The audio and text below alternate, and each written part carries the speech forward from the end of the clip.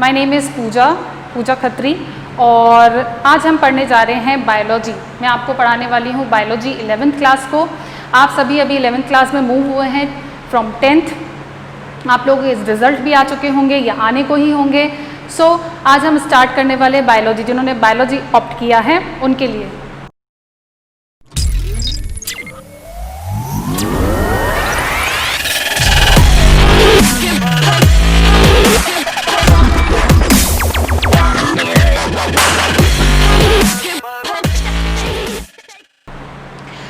हम 9th और 10th में पढ़ के आ चुके हैं, कुछ बेसिक्स पढ़ के आ चुके हैं और यहाँ हम 11th में हम पढ़ेंगे, डिटेल में पढ़ेंगे। हम बायोलॉजी को थोड़ा सा डिटेल में पढ़ेंगे, नीट के पर्पस से पढ़ेंगे और उसमें भी हम सबसे पहले पढ़ रहे हैं सेल बायोलॉजी पढ़ रहे हैं। Cell biology means study of the cell, ठीक है।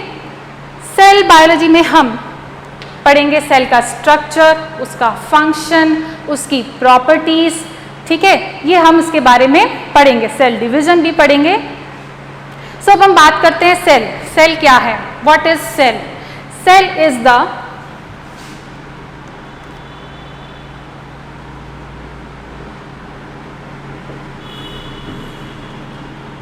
Structural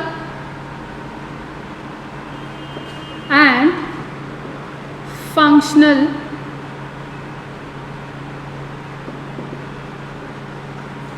unit of life. So cell क्या है? अगर हम सेल को डिफाइन करना चाहें तो सेल क्या है? Cell is the structural and functional unit of life. अब सेल की डिस्कवरी किसने की थी? डिस्कवरी की बात करें तो सेल की डिस्कवरी करने वाले सबसे पहले साइंटिस्ट हैं रॉबर्ट हुक। ये जो रॉबर्ट हुक हैं, इन्होंने सबसे पहले सेल के बारे में बताया था। इन्होंने जब सेल देखी थी तो इन्होंने सेल देखी थी, एक प्लांट की सेल को देखा था, सिंपल माइक्रोस्कोप में देखा था। उस समय इतने बड़े बड़े माइक्रोस्कोप नहीं थे। आज तो इलेक्ट्रॉन माइक्रोस्कोप से हम लिविंग सेल की स्टडी कर सकते हैं, लेकिन उस समय पर माइक्रोस्कोप जो अवेलेबल नहीं थे, तो उस समय सिंपल माइक्रोस्कोप थे छोटे से, उससे उन्होंने स्टडी करके सेल के बारे में बताया। उन्होंने ये देखा, प्लांट सेल में देखा कि एक हेक्सागोनल स्ट्रक्चर जैसा उन्हें कुछ दिखाई दिए, कुछ ऐसे कंपार्टमेंट उनको दिखाई दिए, जिसको उन्होंने क्या कहा?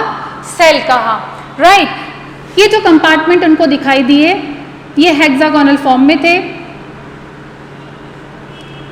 और ये उन्होंने प्लांट की कॉर्क के अंदर देखा था। कॉर्क में उन्होंने इसको देखा था, सेल को, और तभी उन्होंने बताया, इसको नाम दिया सेल। ये क्या है? एक छोटे कॉम्पैक्ट फॉर्म में है, चारों तरफ से एक कवरिंग है, राइट। ये जो थी, लास्ट कुछ समय बाद पता चला कि ये तो एक डेड सेल है। डेड सेल है, इसलिए हमें इसके ज्यादातर कंपोनेंट्स के बारे में पता नहीं चला, इसकी कवरिंग के बारे में हमें पता नहीं चला, राइट। उसके बाद एक और साइंटिस्ट आए थे,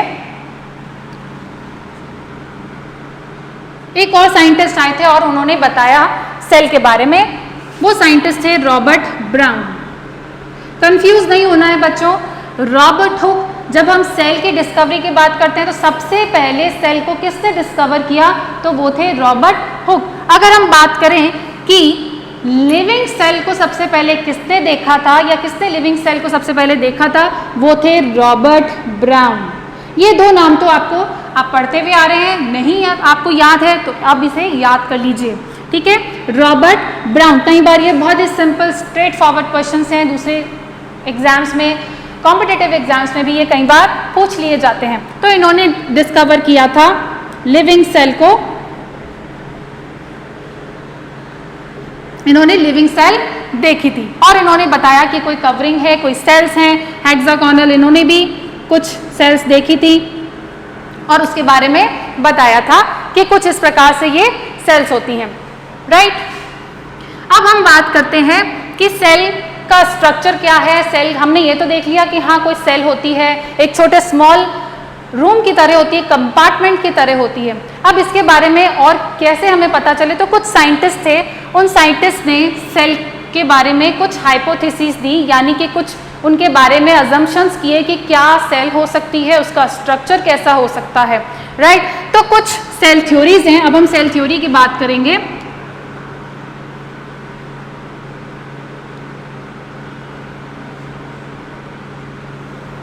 सेल थ्योरी में अगर हम सबसे पहले बात करें तो सबसे पहले आते हैं स्लाइडेन, ये भी आपको नाम याद करने हैं, स्लाइडेन एंड श्वान।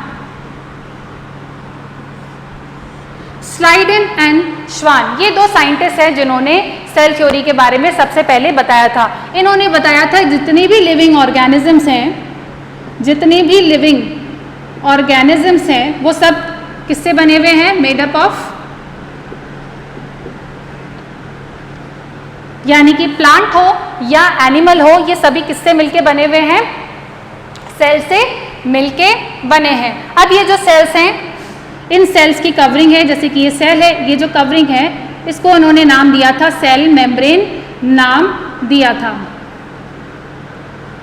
इन्होंने इसको क्या नाम दिया था, सेल मेम्ब्रेन नाम दिया था। और ये कहा था कि जितने भी लिविंग ऑर्गेनिजम्स हैं वो सभी किससे मिलके बने हुए हैं, सेल से बने हुए, यानी कि सेल क्या है, आपकी structural and functional unit of life है।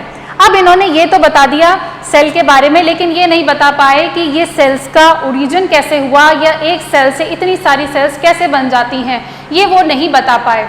सो उसके लिए एक और साइंटिस्ट आए जिनका नाम है Rudolf विर्चॉ।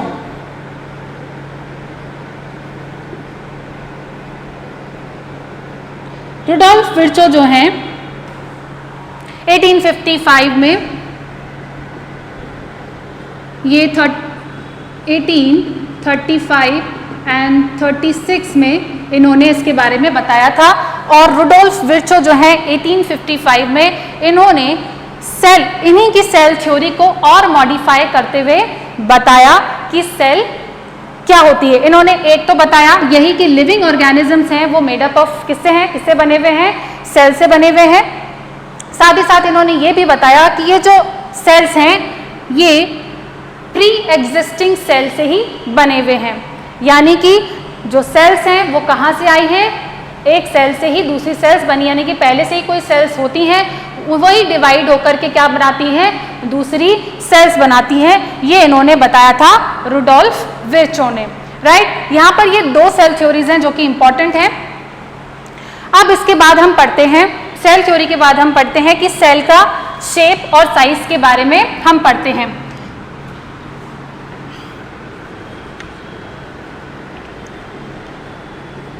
Cell shape and size.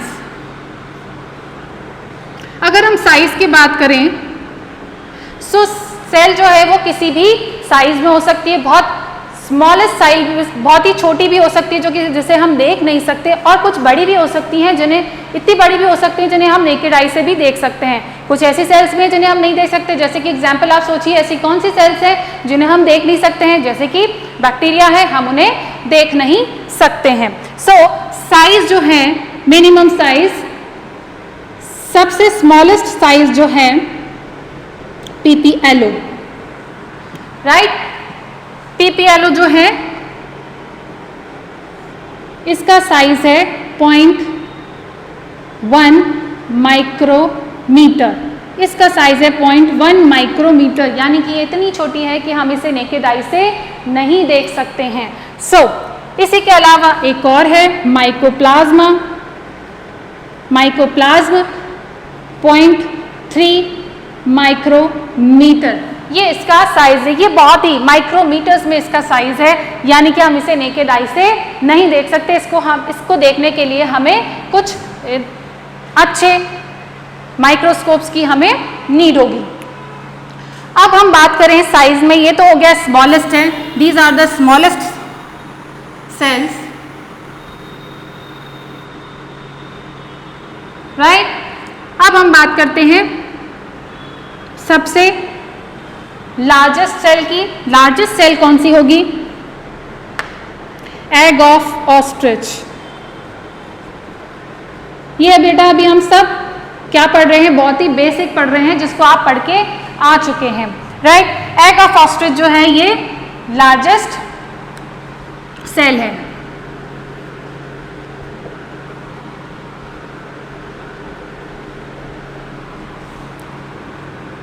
अगर हम लॉन्गेस्ट की बात करें, यानी सबसे लॉन्ग सेल कौन सी है, तो आप बता सकते हैं, कोई बता सकता है? किसी को रिकॉल करके देखो कि क्या कौन सी हो सकती है लॉन्गेस्ट सेल, वो है नर्व सेल जो कि लॉन्गेस्ट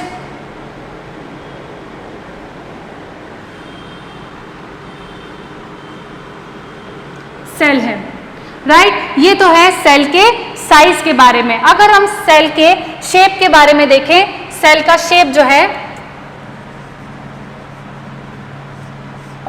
सेल का शेप किसी भी फॉर्म में हो सकता है, राउंड हो सकता है, राउंड हो सकता है, क्यूबॉइड हो सकता है। जब हम टिश्यूज पढ़ेंगे तब हम उसमें देखेंगे कि बहुत सी अलग अलग टाइप की शेप की सेल्स होती हैं। कॉल्यूमर हो सकता है, राइट, और अमीबॉइड यानी कि या फिर इर्रेगुलर भी हो सकती है, यानी कि कोई शेप उसका नहीं हो। तो ये है शेप्स, बहुत से शेप्स हो सकते हैं, राउंड, ओवल, हेक्सागोनल शेप भी हो सकता है। तो ये डिफरेंट शेप्स एंड साइजेस हैं, आपको नोट्स में या आपको बुक में देखने को मिल जाएंगे। कुछ ऐसे डायग्राम्स हैं जो आपको देखने को मिल जाए, जैसे कि हम नर्व सेल का डायग्राम बनाए तो नर्व सेल कैसी होती है,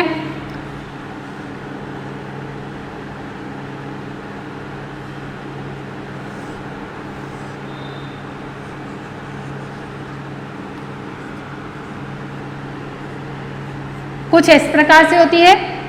ये सेल बॉडी कहते हैं जिसको हम, ये एक्सेस कहते हैं, and this is the dendroids, ये डेंड्रॉइड्स हैं इसके, राइट।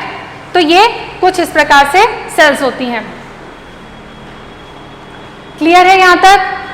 सेल क्या है? Structural and functional unit of life है। डिस्कवरी किसने की थी? रॉबर्ट हुक ने की थी। और साथ ही साथ उन्होंने तो बताया था डेड सेल के बारे में, और उन्होंने क्या बताया था? ये जो कॉर्क थी वो क्या थी? डेड सेल थी। और रॉबर्ट ब्राउन थे, उन्होंने क्या बताया था? लिविंग सेल को डिस्कवर किया था। साथ ही साथ उन्होंने बताया था कि जो उनकी कवरिंग होती है उसको उन्होंने क्या नाम दिया था? सेल मेम्ब्रेन कहा था। फिर कुछ सेल थ्योरीज आई थी। सेल थ्योरी में सबसे इंपॉर्टेंट जो सेल थ्योरी है जिसको कंसिडर किया जाता है, हम उसे पढ़ते हैं, आगे भी पढ़ा जाता है, वो है स्लाइडेन एंड श्वान। स्लाइडेन जो थे वो एक बॉटनिस्ट थे और श्वान जो थे वो एक क्या थे? जूलॉजिस्ट थे। स्लाइडेन ने प्लांट के बारे में, प्लांट की जितनी भी प्लांट की सेल्स है उनको स्टडी किया था। श्वान जो थे उन्होंने जूलॉजिस्ट, ये जूलॉजिस्ट थे तो उन्होंने एनिमल सेल को स्टडी किया था। इन्होंने एनिमल सेल स्टडी की थी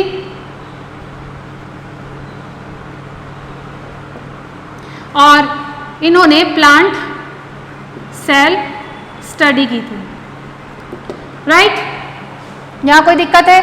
उन्होंने, इन दोनों ने बाद में मिलके एक थ्योरी दी थी। उस थ्योरी का नाम था सेल थ्योरी नाम दिया था। और उन्होंने कहा था कि जितने भी लिविंग ऑर्गेनिजम्स है वो किससे मिलके बने हुए हैं?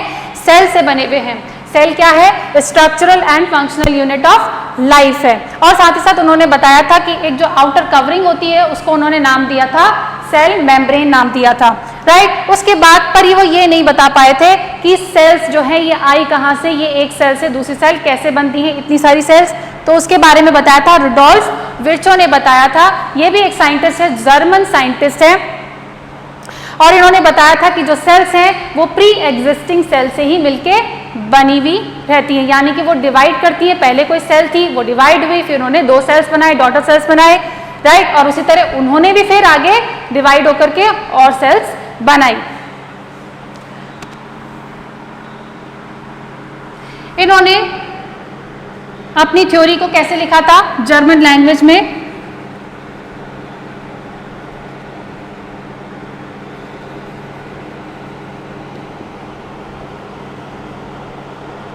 ओमनीस सेलुला ई सेलुला, ये उन्होंने बताया था। ओमनीस सेलुला ई सेलुला जो कि जर्मन लैंग्वेज में है, ये उन्होंने कहा। ये किसने कहा था? रुडोल्फ विर्चो ने। ये कई बार क्वेश्चंस में सीधा सीधा आ सकता है कि ये जो स्टेटमेंट है ये किसने दिया था। इसका मतलब यही है कि जो सेल्स है, cells are formed from pre existing sales.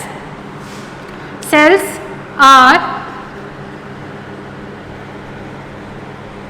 Formed from pre existing cells, right. यहां कोई दिक्कत है? उसके बाद बात करते हैं सेलो शेप एंड साइज की। हमने देखा पीपीएलओ जो है स्मॉलेस्ट सेल है, कई बार पूछ लिया जाता है कि स्मॉलेस्ट सेल कौन सी है, PPLO at the mycoplasma. Egg of ostrich जो है वो क्या है, लार्जेस्ट सेल है। नर्व सेल जो है लॉन्गेस्ट सेल है। उसकी बात करते हैं शेप की। शेप कोई सा भी हो सकता है, राउंड हो सकता है, क्यूबॉइड हो सकता है, ओवल हो सकता है, कॉलिमर हो सकता है, कॉलिमर एपिथेलियल जो देखने को मिलती है, इर्रेगुलर शेप भी हो सकता है जैसे कि अमीबा। अमीबा का कोई शेप नहीं है।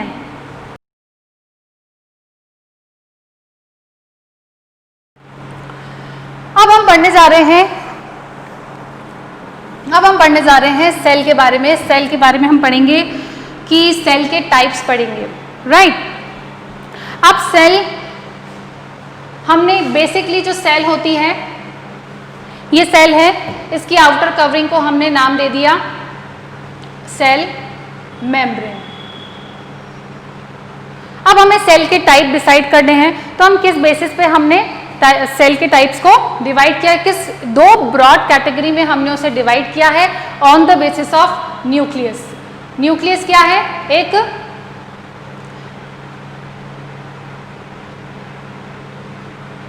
ये जो सेल मेम्ब्रेन है, राइट, ये कवरिंग है, सेल मेम्ब्रेन हो गई। सेल को दो पार्ट्स में हमने डिवाइड करा है।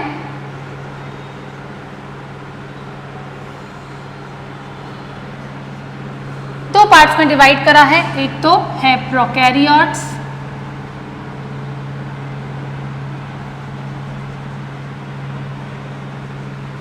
and the second one is eukaryotic cell। अब ये क्या है, यूकैरियोटिक और प्रोकैरियोटिक क्या सेल है, नाम से ही हम इसे सजेस्ट कर सकते हैं। प्रो का मतलब होता है प्रिमिटिव और कैरियन का मतलब यानी कैरियोटिक का मतलब होता है न्यूक्लियस, राइट। प्रो का मतलब है प्रिमिटिव एंड कैरियोटिक का मतलब है न्यूक्लियस, यानी कि ऐसा न्यूक्लियस जो कि प्रिमिटिव टाइप का हो। अब प्रिमिटिव टाइप का न्यूक्लियस हम किसे कहेंगे, प्रिमिटिव टाइप का न्यूक्लियस हम उसे कहेंगे कि जब उसका जो न्यूक्लियस यानी कि जो उसका डीएनए है वो मेम्ब्रेन बाउंड नहीं हो, यानी कि उसका जो डीएनए है वो ऐसे ही नेकेड फॉर्म में पड़ा हो, तो हम उसे क्या कहेंगे, उस सेल को हम नेकेड फॉर्म में अगर डीएनए हो यानी कि जेनेटिक मटेरियल, अगर वो नेकेड फॉर्म में हो तो हम उसे कहेंगे प्रोकैरियोटिक सेल। और यही अगर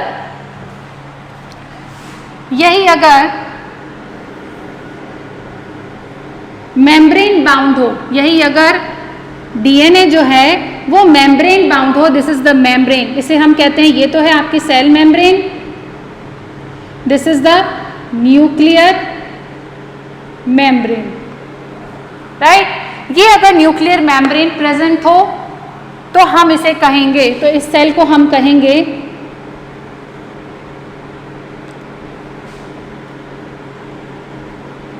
मेम्ब्रेन बाउंड न्यूक्लियस हो, मेम्ब्रेन बाउंड न्यूक्लियस हो तो हम उसे क्या कहेंगे, यूकैरियोटिक सेल कहेंगे। तो यहां पर क्लियर है कि प्रोकैरियोटिक सेल क्या है और यूकैरियोटिक सेल क्या है। प्रोकैरियोटिक सेल वो है जिसका जो डीएनए है वो प्रिमिटिव है, न्यूक्लियस जो है वो प्रिमिटिव फॉर्म में है, यानी कि उनका डीएनए जो है वो किसी मेम्ब्रेन से बाउंड नहीं है, उसके ऊपर कोई कवरिंग नहीं है, वो ऐसे ही पड़ा रहता है, कहीं पे भी सिचुएटेड हो सकता है, पेरिफेरी पे हो सकता है, सेंटर पे हो सकता है, कहीं पे भी सिचुएटेड हो सकता है, तो हम उसे कहेंगे प्रोकैरियोटिक सेल कहेंगे। और अगर वो मेम्ब्रेन बाउंड हो, सेंटर में हो, तो हम उसे कहेंगे यूकैरियोटिक यानी कि एडवांस डेवलप्ड टाइप की न्यूक्लियस, राइट। अब हमें देखना है कि और क्या प्रॉपर्टीज हैं प्रोकैरियोटिक एंड यूकैरियोटिक सेल्स की। प्रोकैरियोटिक सेल्स, इसके न्यूक्लियस तो होता नहीं है इसमें, तो हम इसे क्या करते हैं, डीएनए को हम कहते हैं न्यूक्लियोइड कहते हैं, इसे हम क्या कहते हैं, न्यूक्लियोइड। या फिर डीएनए जो है वो नेकेड फॉर्म में रहता है। यूकैरियोटिक में कैसे रहता है, यूकैरियोटिक में रहता है मेम्ब्रेन बाउंड रहता है,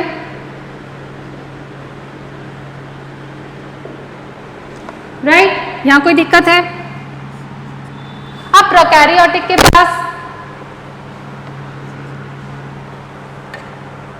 यूकैरियोटिक की बात करें तो यहां पर कुछ ऐसे मेम्ब्रेन बाउंड कुछ स्ट्रक्चर्स होते हैं, हम उन्हें ऑर्गेनेल्स कहते हैं। यहां पर ऑर्गेनेल्स जो हैं वो क्या है, मेम्ब्रेन बाउंड है।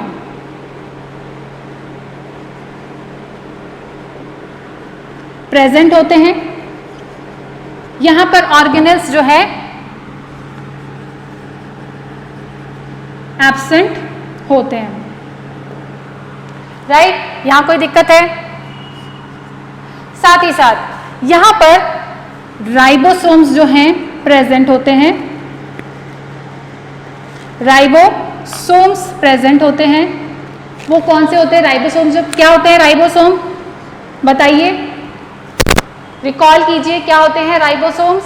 राइबोसोम्स का काम क्या रहता है, राइबोसोम्स क्या करते हैं, ये प्रोटीन का फॉर्मेशन करते हैं। प्रोटीन के फॉर्मेशन को हम क्या कहते हैं, ट्रांसलेशन कहते हैं, ठीक है। तो वो काम कौन करता है सेल के अंदर, राइबोसोम्स करते हैं, राइट। और यहां पर जो राइबोसोम का टाइप होता है वो 70S टाइप का राइबोसोम होता है। यहां पर जो राइबोसोम्स होते हैं वो 80S टाइप के राइबोसोम्स यहां पर होते हैं। अगर हम यहां पर एक एग्जाम्पल की बात करें तो यहां पर क्या है, प्रोकैरियोटिक सेल का एग्जाम्पल क्या हो सकता है, प्रोकैरियोटिक सेल का एग्जाम्पल हो सकता है बैक्टीरिया।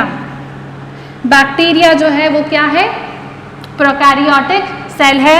ब्लू ग्रीन एल्गी ये भी एक प्रकार का क्या है, प्रोकैरियोटिक सेल है। हम यहाँ पर पढ़ेंगे बेसिकली बैक्टीरिया के बारे में पढ़ेंगे। और यूकैरियोटिक सेल कौन सी होती है, यूकैरियोटिक सेल वो होती है जो कि प्लांट, एनिमल, आपने अगर क्लासिफिकेशन पढ़ा हो तो क्लासिफिकेशन में हमने पढ़ा था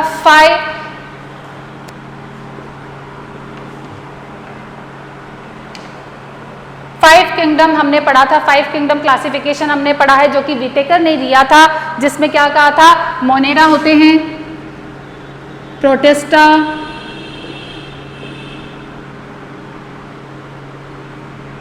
फंजाई, प्लांटी और एनिमेलिया। ये उन्होंने 3 क्या बताए थे, क्लासिफिकेशन किया था विटेकर ने।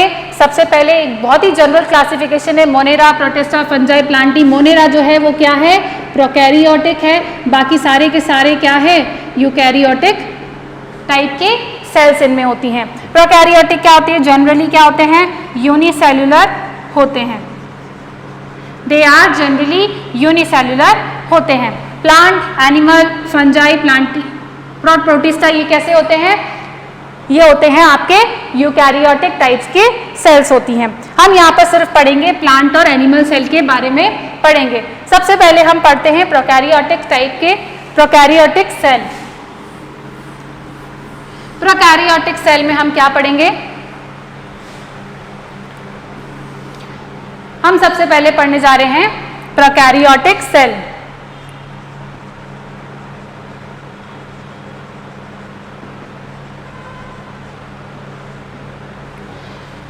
अब ये जो प्रोकैरियोटिक सेल है इसका सबसे बेस्ट एग्जाम्पल है जिसको हम स्टडी करेंगे, बैक्टीरिया। क्या पढ़ेंगे हम, बैक्टीरिया पढ़ने वाले हैं। प्रोकैरियोटिक सेल में हम पढ़ेंगे सबसे पहले बैक्टीरिया पढ़ेंगे। अब ये जो बैक्टीरिया को अगर हम देखें तो बैक्टीरिया का जो स्ट्रक्चर है, बैक्टीरिया प्रोकैरियोटिक हो सकता है, इसका शेप और साइज शेप, साइज हमने पढ़ लिया था, इसका साइज होता है जनरली 3 to 5 माइक्रोमीटर इसका साइज होता है। शेप ये किसी भी फॉर्म में हो सकता है, विब्रिय हो सकता है, फिलामेंटस हो सकता है, स्पाइरल भी हो सकता है, या फिर रॉड लाइक स्ट्रक्चर भी हो सकता है। इसका बेस्ट एग्जाम्पल है बेसिलस। रॉड लाइक हम पढ़ने जा रहे हैं बेसिलस।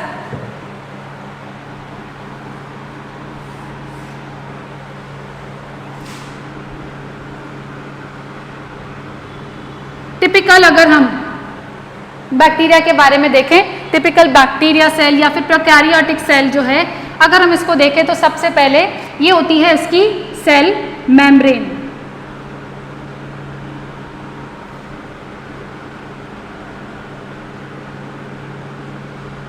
हम प्रोकैरियोटिक सेल को स्टडी कर रहे हैं और उसके लिए हमने लिया है बैक्टीरिया। बैक्टीरिया में आउटर कवरिंग जो होती है जिसे हम कहते हैं सेल मेम्ब्रेन कहते हैं। बैक्टीरिया के पास, बैक्टीरिया के सेल मेम्ब्रेन के बाहर एक और कवरिंग पाई जाती है, प्रेजेंट होती है, जिसे हम कहते हैं सेल वॉल कहते हैं।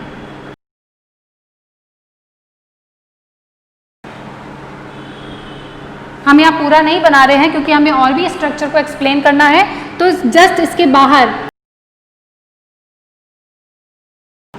सेल मेम्ब्रेन के बाहर जो एक और स्ट्रक्चर होता है उसे हम कहते हैं सेल वॉल कहते हैं। ठीक है, सेल वॉल जो है वो किसकी बनी हुई रहती है? पेप्टिडोग्लाइकेन की बनी हुई होती है।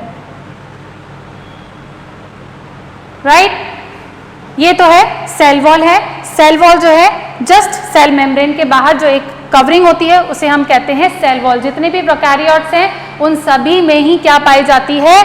सेल वॉल पाई जाती है। सेल वॉल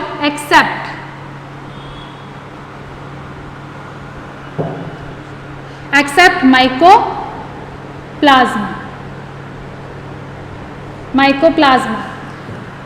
माइकोप्लाज्मा को छोड़ के बाकी सभी में ही क्या पाई जाती है? सेल वॉल प्रेजेंट होती है। और सेल वॉल किसकी बनी हुई रहती है? पेप्टिडोग्लाइकेन की बनी हुई रहती है। अब एक और बात करते हैं कि इसके बाहर एक और सेल वॉल के अलावा एक और वॉल पाई जा सकती है जिसे हम कहते हैं, जो कि जेल लाइक स्ट्रक्चर होता है, उसे हम कहते हैं स्लाइम लेयर कहते हैं। ये स्लाइम लेयर जो होती है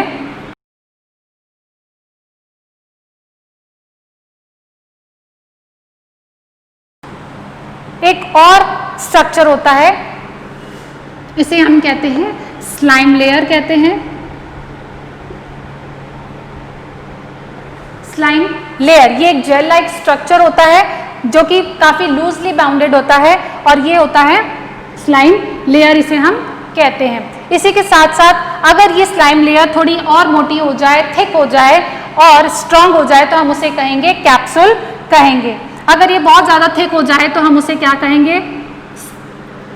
अगर ये थिक हो जाए तो उसे हम क्या कहेंगे? कैप्सूल कहेंगे। राइट, यहां तक कोई दिक्कत?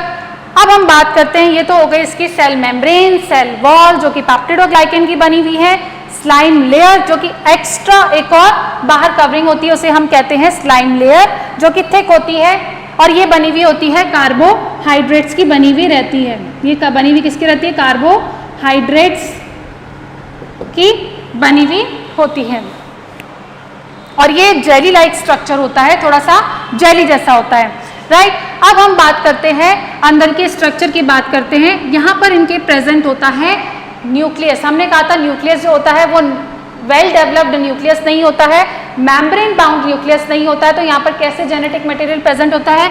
जनरली जेनेटिक मटेरियल जो है वो मिड में प्रेजेंट होता है, मिड में प्रेजेंट होता है जो कि डीएनए, और ये हो सकता है सर्कुलर फॉर्म में और लीनियर फॉर्म में भी प्रेजेंट हो सकता है। ये जो डीएनए है ये मोस्टली नॉर्मल कंडीशन में तो ये बीच में या इधर उधर कहीं पड़ा रहता है, सेंटर में रहता है, लेकिन जब इसको डिवाइड होना होता है यानी कि रिप्रोडक्शन करना होता है तब ये क्या हो जाता है, ये जो है ये पेरिफेरी में मूव करता है और सेल मेम्ब्रेन के साथ जाके अटैच्ड हो जाता है जब इसको सेल डिवीजन करना होता है, अपने आप को मल्टीप्लाई करना होता है। इसी के साथ साथ यहाँ पर एक स्ट्रक्चर और पाया जाता है जो कि सेल का ही एक्सटेंशन होता है सेल मेम्ब्रेन का, जिसको हम कहते हैं मीजोसोम कहते हैं। इसे हम कहते हैं, कई जगह पर ये मीजोसोम्स लगे हुए रहते हैं, इसे हम कहते हैं मीजोसोम्स कहते हैं। ये मीजोसोम्स का बेसिकली क्या फंक्शन होता है, ये माइटोकॉन्ड्रिया लाइक स्ट्रक्चर होता है, behave like mitochondria, behave like mitochondria. और क्यों करता है ये बिहेव लाइक माइटोकॉन्ड्रिया, क्योंकि इसी के पास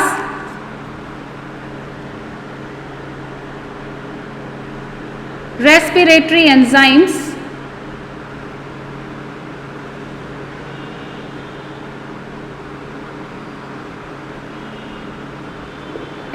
आर प्रेजेंट, राइट, कि इनके पास क्या प्रेजेंट होता है, रेस्पिरेटरी एंजाइम्स प्रेजेंट होता है।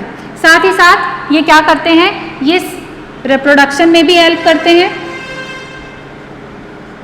Reproduction and replication,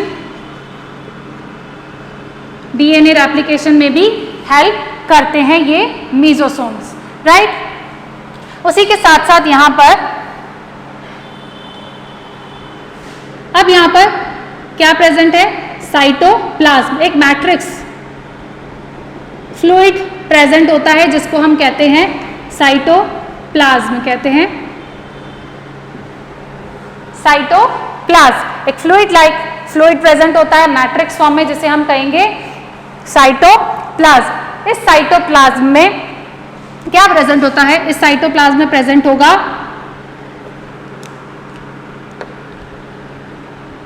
ribosomes. ये राइबोसोम्स की क्या है, सब यूनिट्स हैं जो कि एक स्मॉल और एक लार्ज सब यूनिट होती है वो प्रेजेंट होते हैं। राइबोसोम यहां पर प्रेजेंट है।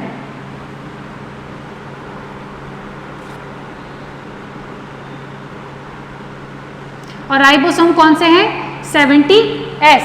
70S कौन से, इनकी सब यूनिट क्या हो सकती है, आप मुझे बताएंगे। 50 प्लस 50S प्लस 30S इसकी सब यूनिट होती है, ठीक है, कोई दिक्कत है। अब हम आगे देखते हैं कि इसके पास और प्रेजेंट है, क्या कंपोनेंट्स हैं। इस डीएनए के अलावा एक एक्स्ट्रा, इस डीएनए के अलावा एक एक्स्ट्रा जेनेटिक मटेरियल होता है,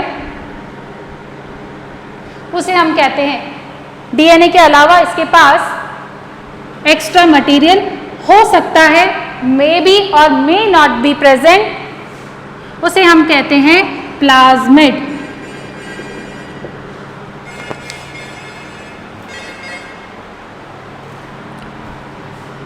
बैक्टीरिया के पास जेनेटिक मटेरियल के अलावा, डीएनए के अलावा एक और एक्स्ट्रा क्रोमोसोमल या एक्स्ट्रा क्रोमोसोमल डीएनए प्रेजेंट होता है, जिसको हम कहते हैं, ये भी एक डीएनए का ही फॉर्म है, डीएनए ही है लेकिन ये एक्स्ट्रा फॉर्म में प्रेजेंट होता है, जो कि नेसेसरी नहीं है कि ये एवरी बैक्टीरिया, एवरी और ईच बैक्टीरिया में प्रेजेंट हो। ये हो भी सकता है और नहीं भी हो सकता है, ये डिपेंड करता है। अगर ये इसके पास प्रेजेंट है, इसे हम कहते हैं वैसे तो प्लाज्मिड कहते हैं, राइट। अगर ये किसी बैक्टीरिया में प्रेजेंट है, अगर प्लाज्मिड जो है किसी बैक्टीरिया में प्रेजेंट है तो हम उसे क्या कहेंगे, प्रेजेंट है और एब्सेंट है। अगर वो प्रेजेंट है तो हम उसे क्या कहेंगे, हम उसे कहेंगे पॉजिटिव स्ट्रेन कहेंगे, अगर वो एब्सेंट है तो हम उसे कहेंगे नेगेटिव स्ट्रेन।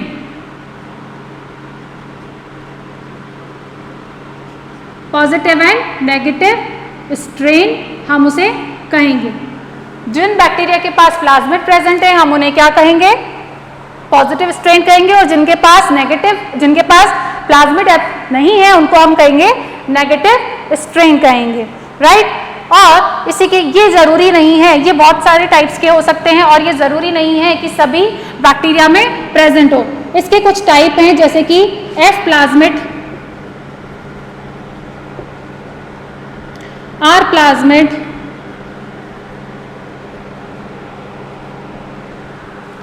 एफ प्लाज्मिड जो है इसको हम कहते हैं फर्टिलिटी,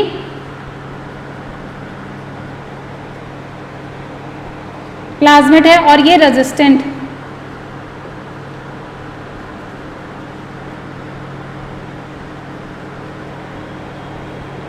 प्लाज्मिड है। और भी बहुत सारे प्लाज्मिड जो है ये क्या होते हैं? प्लाज्मिड एक प्रॉपर्टी लिए हुए रहता है। अगर ये प्रॉपर्टी मान लीजिए किसी एंटीबायोटिक को रेजिस्ट करती हो तो हम उसे कहेंगे रेजिस्टेंट प्लाज्मिड कहेंगे, उसे हम उस टाइप का पर्टिकुलर टाइप का हम उसे रेजिस्टेंट प्लाज्मिड कहेंगे। ये प्लाज्मिड अगर किसी बैक्टीरिया में होगा तो उसके पास उसी टाइप का क्या होगा? प्रॉपर्टी उसके पास आएगा, ठीक है। तो ये था आपका typical prokaryotic cell. Typical prokaryotic cell में हमने क्या देखा? न्यूक्लियोइड, इस डीएनए को हम कहते हैं नेकेड फॉर्म में रहता है तो हमने इसे क्या कहा है? न्यूक्लियोइड कहते हैं हम इसे, ठीक है। यहाँ पर साथ ही साथ कुछ राइबोसोम्स प्रेजेंट होते हैं जो कि 70S टाइप के राइबोसोम प्रेजेंट होते हैं, प्लाज्मिड प्रेजेंट होता है, साथ ही साथ मीजोसोम्स भी यहाँ पर प्रेजेंट होते हैं। अब ये क्या होते हैं? बैक्टीरिया जो होते हैं मोटाइल और नॉन मोटाइल भी हो सकते हैं। अगर ये मोटाइल हैं तो इनके पास क्या प्रेजेंट होगा? इनके पास प्रेजेंट होगा एक फ्लैजिला, जो कि कहाँ से ओरिजिनेट होता है? सेल मेम्ब्रेन का ही एक्सटेंशन होता है और सेल मेम्ब्रेन से ही निकलता है, जिसको हम कहते हैं फ्लैजिला कहते हैं।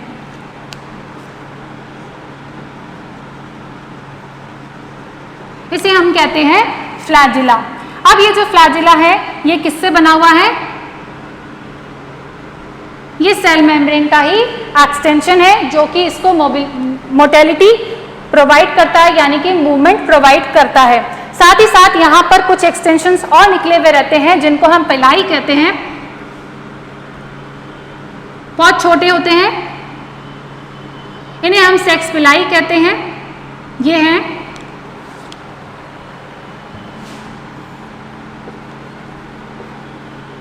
सेक्स पिलाई कहते हैं।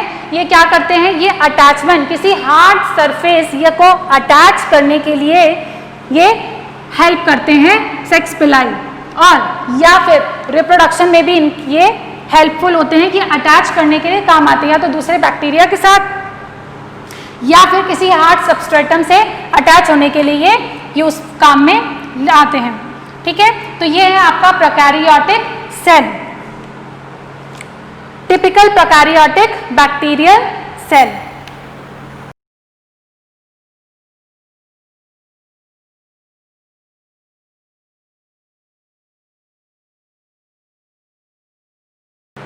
अब हम बात करते हैं अब यूकैरियोटिक सेल के बारे में।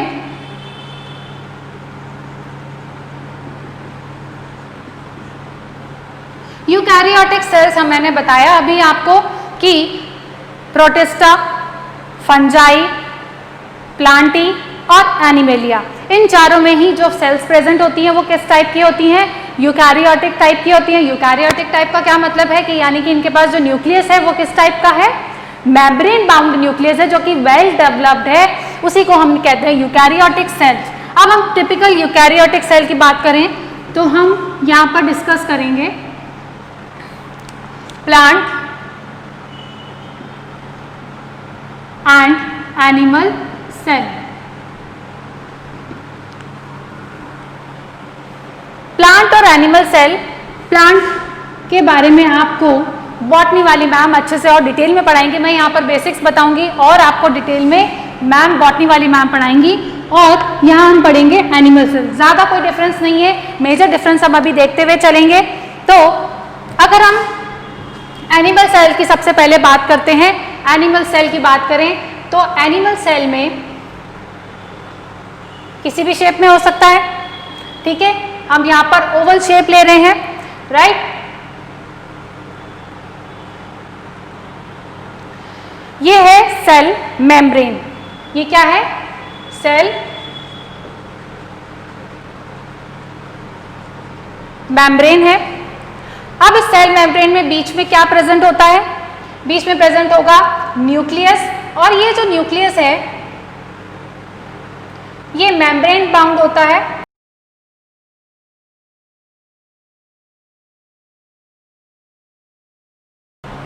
एनिमल सेल की बात कर रहे हैं। एनिमल सेल है, ये उसकी सेल मेम्ब्रेन है, आउटर कवरिंग जो जिसको हम कहते हैं सेल मेम्ब्रेन है। सेल मेम्ब्रेन किसकी बनी हुई रहती है? सेल मेम्ब्रेन मोस्टली बनी हुई रहती है, जिसको हम आगे डिटेल में पढ़ेंगे। लिपिड एंड प्रोटीन, ये किसकी बनी हुई होती है? लिपिड एंड प्रोटीन की बनी हुई सेल मेम्ब्रेन होती है। और बीच में यहाँ प्रेजेंट होता है न्यूक्लियस। न्यूक्लियस को हम जानते हैं मेम्ब्रेन बाउंडेड होता है, डबल मेम्ब्रेन बाउंडेड रहता है, और बीच में यहाँ प्रेजेंट रहता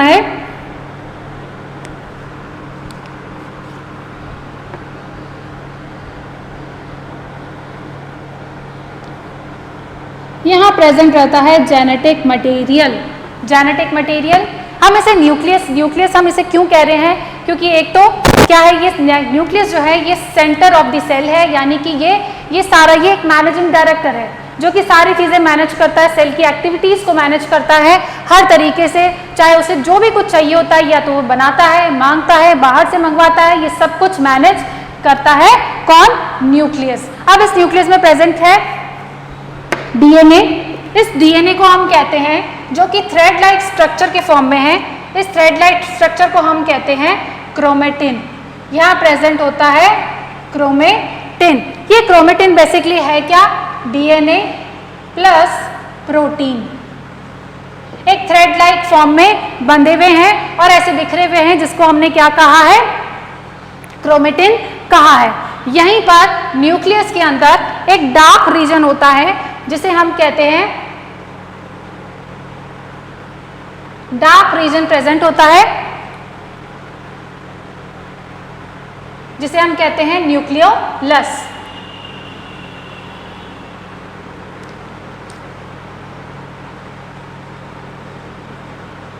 न्यूक्लियोलस ये एक पार्ट है, क्रोमेटिन का ही पार्ट है, जो कि डार्क रीजन होता है। डार्क जो हमें माइक्रोस्कोप के नीचे देखने पर हमें ये देखने को मिल जाता है, जिसलिए हम इसे कहते हैं न्यूक्लियोलस कहते हैं।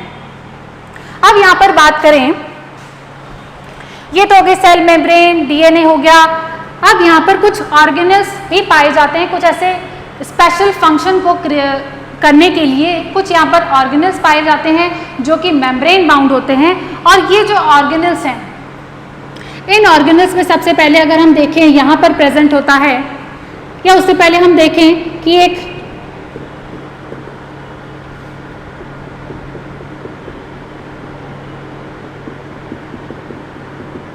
जेली लाइक फ्लूइड प्रेजेंट रहता है, जिसे हम कहते हैं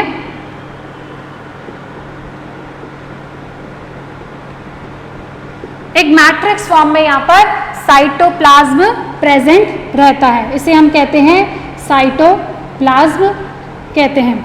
क्या प्रेजेंट है? Cytoplasm, right. अब कुछ ऑर्गेनेल्स की बात करते हैं। सबसे पहले बात करते हैं ईआर की बात करते हैं। ईआर जो होता है बेसिकली वो जस्ट न्यूक्लियर के मेम्ब्रेन से अटैच रहता है, यानी कि इसकी कॉमन मेम्ब्रेन से अटैच रहता है कुछ इस फॉर्म में, कुछ इस फॉर्म में ये अटैच रहता है। इसे हम कहते हैं एंडोप्लाज्मिक रेटिक्यूलम। ये क्या है? Endoplasmic reticulum. ये है ईआर। ईआर के भी दो टाइप्स होते हैं, एसईआर एंड आरईआर, यानी कि स्मूथ ईआर, रफ ईआर। इनके फंक्शंस को हम आगे डिटेल में पढ़ेंगे। फिलहाल आपको इतना ही समझना है कि यहाँ पर किसकी पोजीशन कहाँ होती है। ये है आपका ER, एंडोप्लाज्मिक रेटिकुलम। ये एंडोप्लाज्मिक रेटिकुलम के साथ ही नीचे लगा हुआ रहता है वेसिकल्स के फॉर्म में।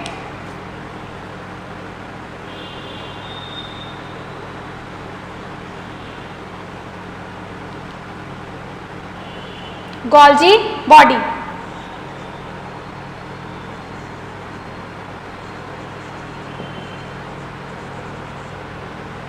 ये यहाँ पर ऑर्गेनल होता है गोल्जी बॉडी। ये है आपका ER जो है SER और RER दोनों। स्मूथ ER क्या होता है, ये smooth ER, smooth ER and RER दो टाइप के ER होते हैं। RER का मतलब है rough endoplasmic reticulum. Rough endoplasmic reticulum का मतलब ये है कि ऐसा ER जिसके ऊपर राइबोसोम्स जो हैं वो प्रेजेंट होते हैं, उसे हम कहते हैं रफ एंडोप्लाज्मिक रेटिकुलम। रफ यानी कि ER है, उसके ऊपर राइबोसोम्स लगे हुए, तो कैसा हो गया, रफ हो गया, इसलिए हमने उसका नाम दे दिया। यहां पर प्रेजेंट होते हैं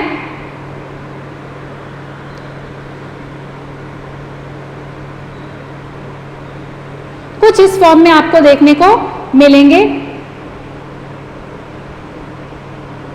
रफ एंडोप्लाज्मिक रेटिक्यूलम।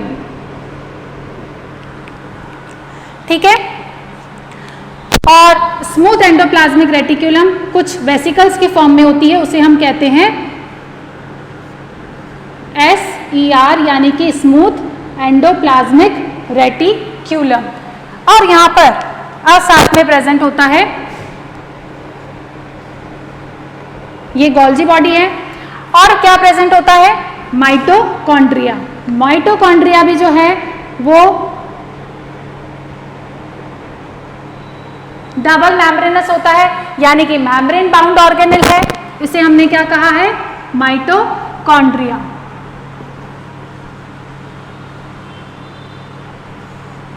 ये है माइटोकॉन्ड्रिया। और भी ऑर्गेनल्स होते हैं जैसे कि लाइसोसोम। ये लाइसोसोम है, इसे सोसाइडल बैग भी कहते हैं। क्यों कहते हैं, इसके स्ट्रक्चर और इसके फंक्शन के बारे में हम डिटेल में पढ़ेंगे। और यहां पर कुछ माइक्रोट्यूब्यूल्स पाई जाती हैं, कुछ साइटोस्केलेटन के फॉर्म में।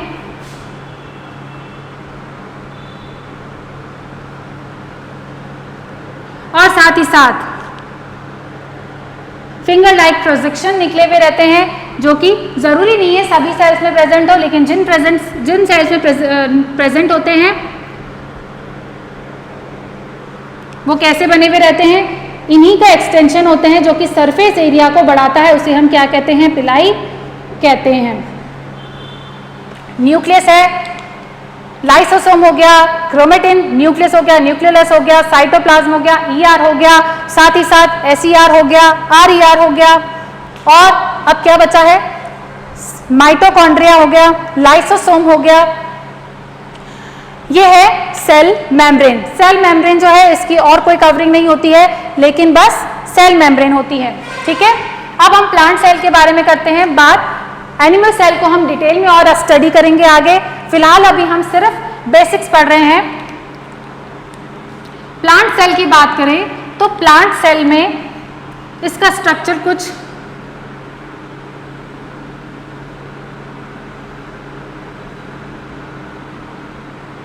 ये है, सेल मेम्ब्रेन। अब हम बात करते हैं प्लांट सेल की बात करते हैं। प्लांट सेल में अगर हम बात करें तो प्लांट सेल में वही सभी प्लांट सेल में क्या प्रेजेंट होता है, सेल मेम्ब्रेन। और सेल मेम्ब्रेन के जस्ट बाद स्ट्रक्चर होता है जिसे हम कहते हैं सेल वॉल कहते हैं। ये जो सेल वॉल है ये जस्ट सेल मेम्ब्रेन के बाद प्रेजेंट होती है, इसे हमने कहा है सेल वॉल। आपको डिटेल स्ट्रक्चर आपको बॉटनी वाली मैम पढ़ाएंगी। फिलहाल हम इतना ही देख रहे हैं कि ये सेल वॉल है। सेल वॉल के भी स्ट्रक्चर में क्या प्रेजेंट होता है, प्राइमरी सेल वॉल होती है, सेकेंडरी सेल वॉल होती है and tertiary cell wall present होती है। अब ये जो सेल्स होती हैं, प्लांट सेल की एक खासियत होती है, एक और लेयर प्रेजेंट होती है जिसे हम कहते हैं मिडिल लैमेला, इसे हम कहेंगे मिडिल लैमेला। अब मिडिल लैमेला का है, ये है प्लांट सेल। प्लांट सेल की हम मान लेते हैं कि ये सेकेंडरी वॉल है और उसके बाद एक और प्राइमरी वॉल है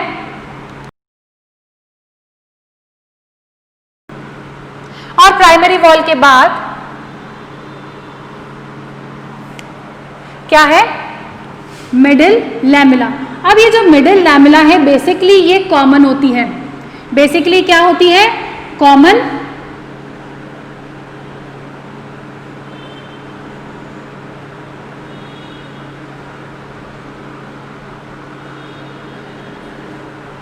कॉमन लेयर होती है जो जब बहुत सारी सेल्स होती हैं तो ये जो दो आपस की जो सेल्स होती हैं, प्लांट की दो आपस की जो सेल्स होती हैं, नियर बाय जो सेल्स होती है, उन दो नियर बाय के सेल के बीच में कॉमन लेयर होती है जिसको हम कहते हैं middle lamella. This is middle lamella. ये मिडिल लैमेला जो है दो सेल्स के बीच में कॉमन लेयर होती है, यानी कि यहाँ पर भी मिडिल लैमेला, इस वाली पास वाली सेल के लिए भी ये कॉमन होगी और इस वाली सेल के लिए भी ये कॉमन होगी। इस मिडिल लैमेला के बाद कौन सी सेल क्या होगी, सेल वॉल होगी।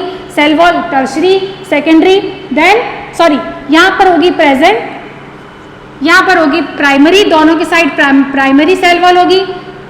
ये प्राइमरी सेल है, ये भी प्राइमरी सेल वॉल है और इन दो प्राइमरी सेल वॉल के बीच में प्रेजेंट होगी आपके मिडिल लैमेला, यानी कि दो पास की जो सेल्स होती हैं प्लांट सेल, उनके बीच की कॉमन की जो लेयर होती है उसे हम मिडिल लैमेला कहते हैं। ये मिडिल लैमेला बेसिकली क्या करता है, एक मैकेनिकल स्ट्रेंथ देता है, उसको शेप देने को शेप भी प्रोवाइड करता है।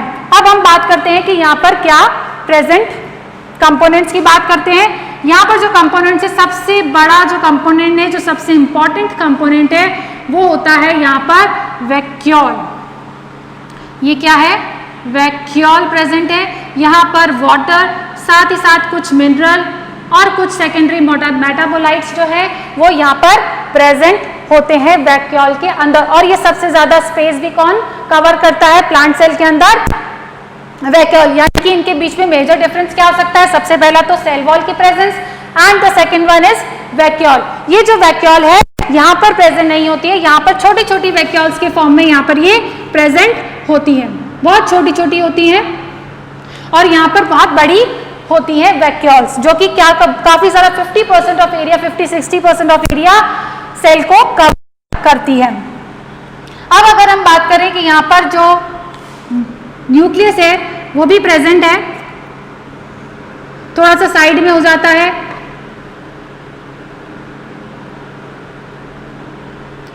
ये भी मेम्ब्रेनस है,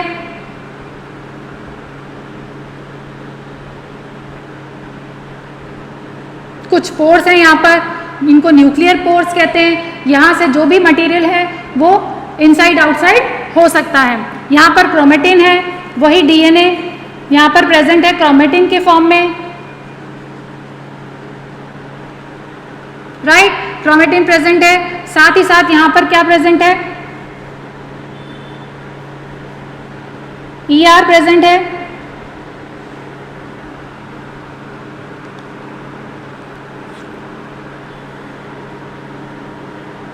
और गोल्जी काय भी यहाँ पर प्रेजेंट है। गोल्जी काय यहाँ पर, इसको हम डिक्टियोसोम कहते हैं। गोल्जी काय को हम यहाँ पर क्या कहते हैं, प्लांट सेल के अंदर डिक्टियोसोम।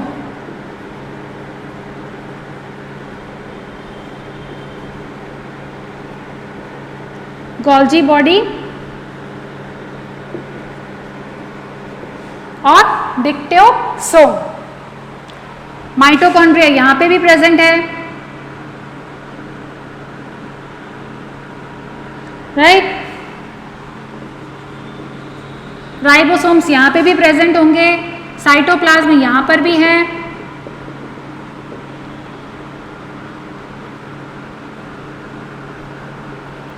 राइबोसोम्स यहाँ पर प्रेजेंट होते हैं।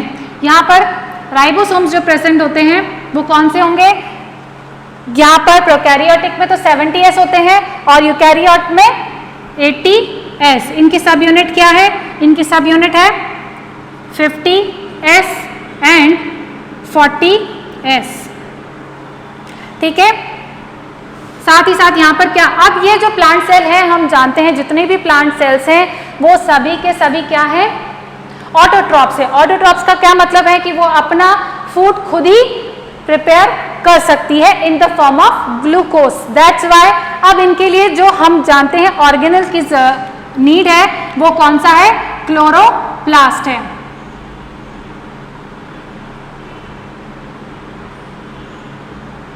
ये यहां पर क्लोरोप्लास्ट है।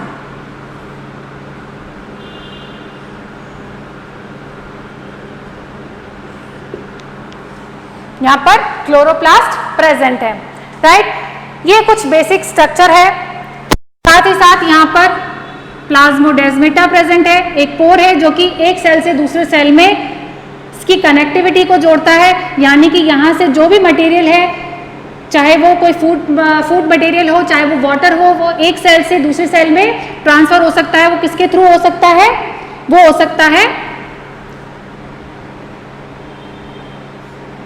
हो सकता है प्लाज्मोडेस्माटा के थ्रू। इसे हम कहते हैं प्लाज्मोडेस्माटा। इसे हम कहते हैं प्लाज्मोडेस्माटा। यहां पे राइबोसोम्स कौन से थे? यहां पर भी राइबोसोम्स प्रेजेंट हैं। वो कौन से हैं? 80s टाइप के राइबोसोम है।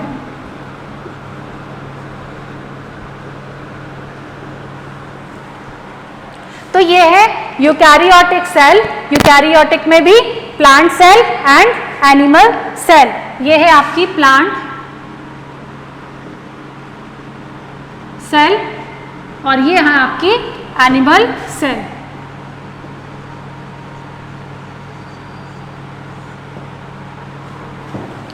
राइट, अब हम इसके आगे की स्टोरी को हम आगे नेक्स्ट लेक्चर में कंटिन्यू करेंगे। ठीक है, थैंक यू।